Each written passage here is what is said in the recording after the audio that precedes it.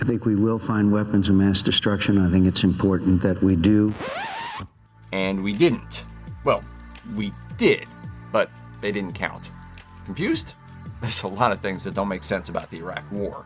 It was the grimmest scavenger hunt ever. Where were Iraq's weapons of mass destruction? A key part of selling the war to the American and, in particular, British public was the argument that Hussein's government was stockpiling chemical, biological, and maybe even nuclear weapons. That's why John McCain said that it's important that we do. For one, the threat had to be neutralized before those weapons were turned against Iraq's enemies. And perhaps more important, it was a critical justification for the war.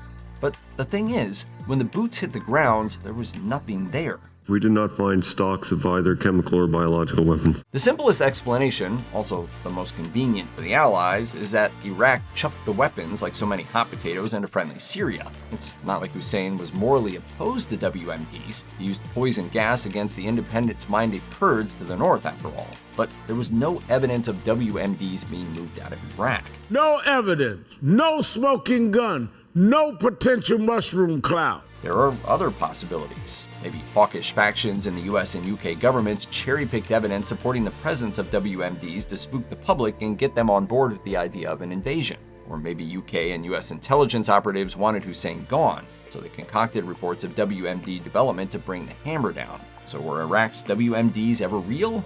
Would you believe yes? You see, here's the thing. Coalition forces found WMDs, a lot of them. The New York Times reported that at least 6 times between 2004 and 2011 that troops encountered chemical weapons. So why didn't you know that? And why isn't this major news? It turns out that the weapons were all from the Iran-Iraq War from the 1980s. So no, there was no production of WMDs, but Iraq still had some. Among the reasons presented by the George W. Bush administration for the invasion of Iraq was an alleged operational alliance between the Iraqi government and the terrorist organization al-Qaeda. The Bush administration claimed that this went back to the early 1990s. That's what they said. But a post-invasion US congressional report revealed that no proof of those ties existed. Whatever Hussein's sins may have been, buddying up with al-Qaeda was not among them. Ironically, the chaos of the Allied invasion is what allowed al-Qaeda to begin operating in Iraqi territory. The spring of 2004, it was completely in the hands of the insurgents and al-Qaeda. They saw the war as an opportunity and distributed a guide to guerrilla warfare to Iraqis and foreigners interested in throwing sand in the machinery of the occupation. After the overthrow of Hussein, an al-Qaeda franchise began operating in Iraq, targeting Shia Muslims and their holy sites through terror campaigns, as well as security forces and other civilians, regardless of religion.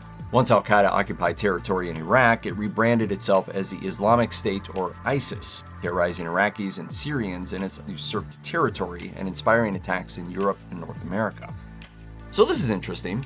The last time the US Senate formally declared war was June 4th, 1942, a threefer against minor Axis powers Bulgaria, Hungary, and Romania.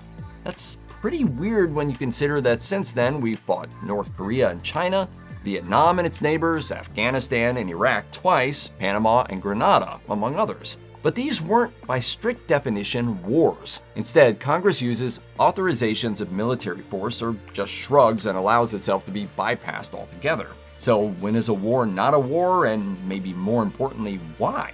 President Harry Truman realized he could circumvent a potential congressional refusal to declare war in Korea by committing American troops to a UN force. How, you ask? Well, at the risk of boring you to death, here's a short version. Back in 1854, President Franklin Pierce authorized a bombardment of a place called Greytown in present-day Nicaragua. That set the legal precedent for every police action thereafter. Why does Congress let this happen? Well, there's another important aspect to this stuff. If you declare war, you're responsible for the outcome, but a mere action or engagement can be spun to voters as something far less consequential. In other words, it wasn't me. Fortunately, not everybody buys into this. In response to Vietnam, Congress passed the 1973 War Powers Act, forcing presidents to notify them within 48 hours of the use of force abroad, and limiting unilateral presidential uses of force to 60 days without congressional approval. But if you're thinking, hey, I feel like that congressional approval step may have been skipped now and then, well, there have been legal complaints that presidents have flouted the act. The thing is, they're usually dismissed. There's another important question. Didn't we already beat Iraq? Why is Saddam still there? Saddam Hussein was a very bad man. How bad? Glad you asked. He was guilty of wars of aggression, genocide, chemical warfare, and possibly the bewildering blasphemy of having a copy of the Quran written in his own blood. But in 1990, when Hussein invaded neighboring Kuwait, a 39-nation coalition kicked off Operation Desert Storm and delivered Hussein a resounding defeat. So why didn't they get rid of him then? The answer seems to be that beating Hussein's army in southern Iraq and driving it out of Kuwait was a much smaller undertaking than a full-scale invasion of Iraq would have been. Iraq isn't a small country, and Baghdad is toward the center, so an invasion force would have had a long and violent operation ahead. Then there was the fact that, for the most part, the Allies weren't hot on the idea of a regime change. The brief was to liberate Kuwait and bloody Iraq's nose, not fix Iraq. The US might have found itself fighting alone if it had gone for the stretch goal of removing Hussein from power. And then what? Hussein was terrible, but there was no obvious good guy to take his place. Desert Storm set specific goals, attained them, and avoided mission creep. A lesson that was forgotten when the next US-led coalition landed in Iraq 12 years later. In March 2003, the United States released a list of its allies in the Iraq invasion. They called it the Coalition of the Willing. 31 countries were on board, though commitments varied. A number of countries limited their involvement to public support, which is not terribly helpful in an armed conflict. Others offered only token help. Denmark sent one submarine, and Bulgaria gave permission to fly over their country. Then there was Poland, who committed 1,500 men to the conflict. At the height of its involvement, Poland had 2,500 peacekeeping troops in Iraq and oversaw a coalition of smaller deployments from other countries, with operational command over 5 Iraqi provinces. Polish forces remained until 2008, and 28 Polish troops died. Why was Warsaw so eager, especially when the Polish public at large took a dim view of the conflict? The Polish government, relatively recently freed from the Warsaw Pact with the late Soviet Union, saw the war as an opportunity to cuddle up to the United States and present itself as an independent actor on the world stage. Poland joined NATO in 1999, and the invasion of Iraq was another opportunity to rebrand itself as a Western US-aligned power.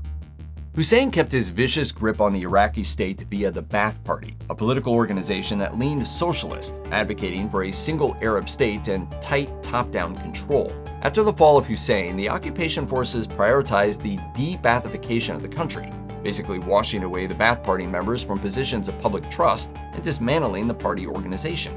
De-baathification was probably necessary, but the US-led coalition cut too many corners when it came to carrying it out. During Hussein's time, everyone who was anyone had to join the Ba'ath Party, but occupation authorities didn't consider that joining the party was a matter of survival. They dismissed everyone who belonged rather than investigating individuals' complicity with the regime and its crimes. In comparison, this wholesale firing is actually harsher than the Allied denazification of Germany was. This political cleansing might have felt good, but with everyone who used to run the country booted out of office, there was no one left to run the country.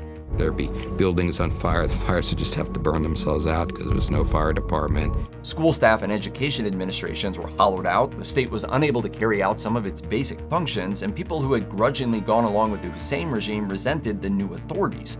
Oh, and the entire Iraqi army was disbanded, flooding the country with angry, unemployed men with combat experience, and a move that backfired spectacularly going forward.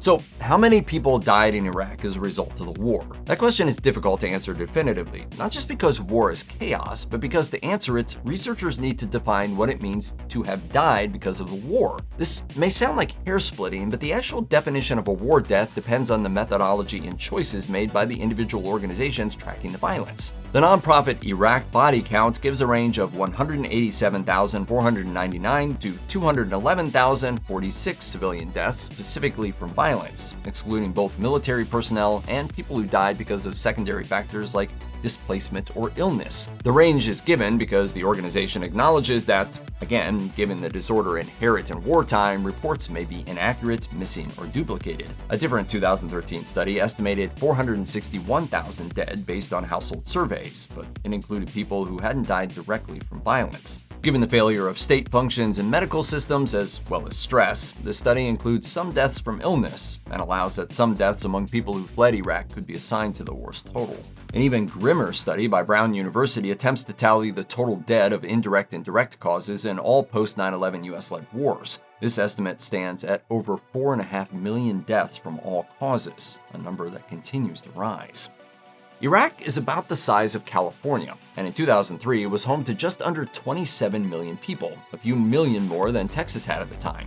Given the size of the country and the number of people who needed to be controlled, why was the invasion force a relatively small 145,000 American troops, bolstered by a few thousand from Allied forces? Even when the occupation force numbers were boosted in 2007, deployed U.S. forces topped out at 170,300. For comparison's sake, the U.S. deployed 300,000 troops to fight in the Korean War, with nearly 1,800,000 Americans serving in the Korean theater in some form and 2.7 million over the course of the war to Vietnam. The small force was, in fact, a selling point. The Army Chief of Staff at the time of the invasion, General Eric Shinseki, told Congress that hundreds of thousands of soldiers would be needed to fully secure Iraq. Then Secretary of Defense Donald Rumsfeld and his political allies brushed these concerns aside, focusing on the alleged cakewalk that awaited American troops on the road to Baghdad. Rumsfeld and others claimed to be remaking the U.S. Army into a nimbler, leaner fighting machine, and success in Iraq was expected to prove the wisdom of this approach. But when it came time to hold what they'd taken, the slain force was severely short of the muscle required to do so. What we didn't realize was the invasion wasn't the war. The war was to come. And then what could be the epitaph for the American involvement in Iraq? The initial invasion was successful, but the subsequent occupation and so-called rebuilding phase turned into a bloody and expensive slog whose endgame was never clearly stated. Why was a military power like the United States capable of toppling the Iraqi government so quickly, but completely unable or unwilling to prepare for the day after? Maybe it was simple optimism. Key figures in the administration, Rumsfeld among them, expected the war to go well, so they planned for best-case scenarios, sending in a relatively small force. There's no evidence that American military planners ever have made a concrete plan for the subsequent occupation, particularly for the critical task of maintaining security. We never made a commitment to secure the population, and we never had enough resources to do it. Iraq's government was to be swept off the board, its army disbanded, and then somehow something would happen to fill the void. Maybe one of Hussein's generals would take over, or perhaps Ahmad Shalabi, an influential Iraqi exile who lobbied for the U.S. invasion. I will be very much part of the future of Iraq, but I'm not a candidate for any political office. The failure to plan would be even more damaging to American efforts than seemed at first glance. Estimates place the Iraqi resistance at only about 5,000 fighters in mid-2003. A year later, that figure had ballooned to an estimated 20,000, bolstered by people who found their options limited by the security situation. Frustrated by the chaos, they joined it.